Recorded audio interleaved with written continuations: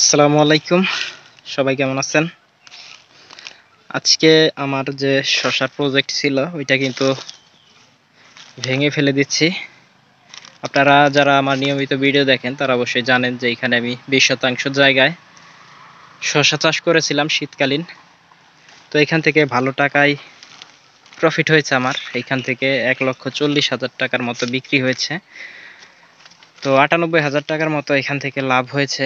আলহামদুলিল্লাহ, আল্লাহর অশেষ রহমতে এখান থেকে ভালো টাকায় প্রফিট হয়েছে। তো এইখানে আবার আমি শশা চাষ করব কোরবানির ঈদকে সামনে রেখে। এখানে আমি 3টা জাতের শশা আবার লাগাতে চাচ্ছি। গত বছর এখানে ভিএনআর-এর কৃষ লাগিয়েছিলাম। তো ভিএনআর-এর কৃষ থাকবে এবছরও। ভিএনআর-এর সাথে 1 প্যাকেট থাকবে স্মার্ট বয় এবং কি আর বাকি যে শশাগুলো থাকবে ভিএনআর সিডের কৃষ এবং কি জনতা। এই 3টা ভ্যারাইটি লাগানোর চেষ্টা করব আপনাদের মাঝে। ইতিমধ্যেই আমি আমার যারা সাবস্ক্রাইবার, আপনারা যারা আমার কাছ থেকে বীজ নিয়েছেন তাদের বীজ অলরেডি পাঠিয়ে দিয়েছি। অনেকেই ভিএনআর-এর কৃষ লাগাতে চাচ্ছেন, আমার কাছ থেকে বীজ নিচ্ছেন। এখন পর্যন্ত ঈদের আগে অনেক বীজই দেওয়া হয়েছে।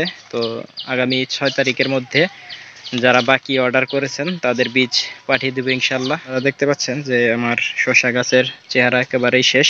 আজকেও কিন্তু এখান থেকে 25 কেজি শশা হারভেস্ট করেছিলাম, যে কেট শশা। ওই কেট শশাগুলো কিন্তু 25 টাকা কেজি পাইকারি বিক্রি হয়েছে। তো এইখানে যে শশা বিক্রি করলাম এখন পর্যন্ত ভালো টাকারই প্রফিট হয়েছে এবং কি বাম্পার একটা ফলন হয়েছে। এখান থেকে 100 মনের বেশি শশা হারভেস্ট করেছিলাম।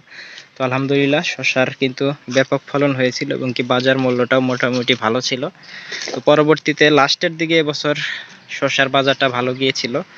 আপনারা যারা কোরবানির ঈদকে সামনে রেখে শশা চাষ করবেন অবশ্যই আমার সাথে চাষ করতে পারেন, কারণ আমি কিন্তু কোরবানির ঈদকে সামনে রেখেই এখানে শশা চাষ করব। আবার এই পুরান জমিতেই শশা চাষ করার চেষ্টা করব।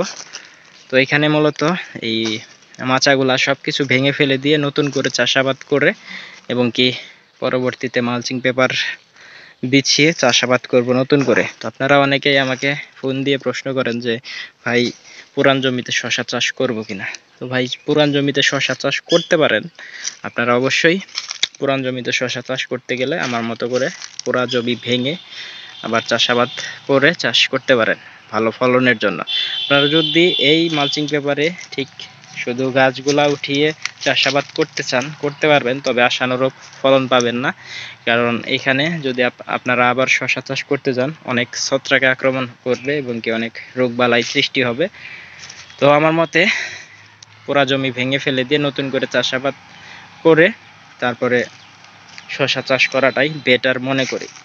তো আমার এই প্রজেক্টে আজকে আমি পুরা মাচা ভেঙে ফেলে দেব, ফেলে দিয়ে এইখানে হাল চাষ করে পর্যাপ্ত পরিমাণ সার ব্যবস্থাপনা করে এখানে আবার নতুন করে শশা চাষ করা হবে। তো এই ছিল আমার প্রজেক্টের আজকের আপডেট।